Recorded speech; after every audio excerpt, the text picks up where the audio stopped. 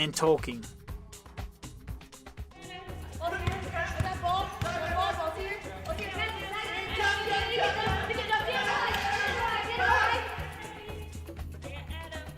First, let's look at what the person who is on the point does. With the ball on the point on offense, the defender is contesting the ball. She has good wheel position, she contests the ball with her hand, and she is calling ball.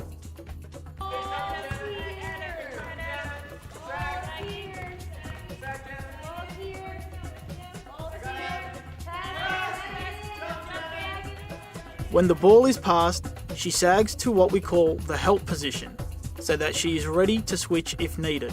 The help position prepares the defender for the switch and takes away a picking angle.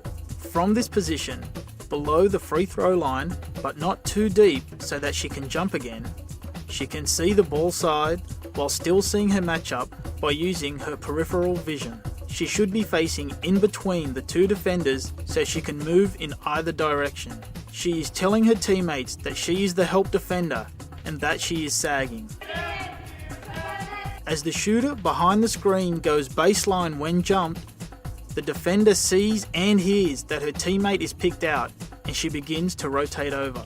As she picks up the picker, she establishes wheel position and calls out the name of the new matchup. She also tells her teammate that was picked out to go to the middle and get the new matchup.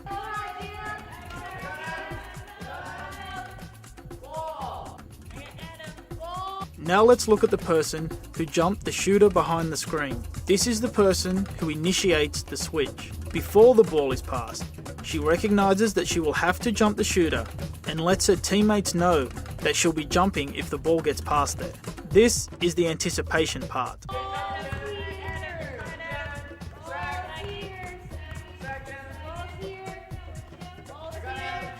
As the ball is being passed, the jumping defender begins to jump on the shooter so that she arrives as the ball arrives. She starts her jump as the passer's shoulder moves forward, and she tries to establish one-on-one defensive position if she can.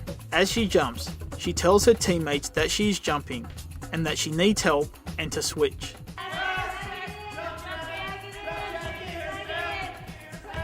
As the shooter begins to drive baseline, the jumping defender turns her wheelchair and begins to recover. It is important that the jumping defender not recover immediately if the shooter does not go baseline. The jumping defender recovers to the middle to complete the switch.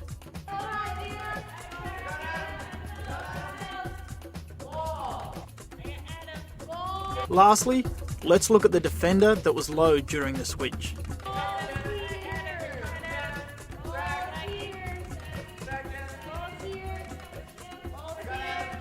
When the jumping defender tells the low defender that she'll be jumping, the low defender positions his wheelchair so that he can make the switch.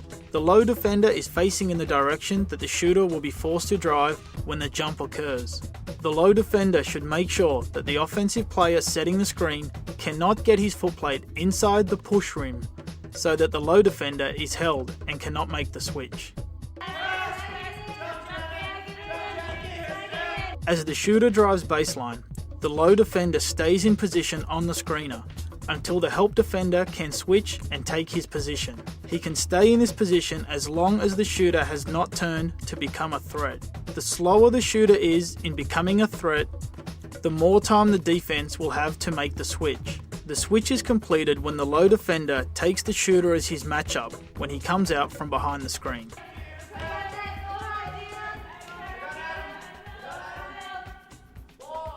The keys to the triple switch are seeing the court, anticipating, and talking.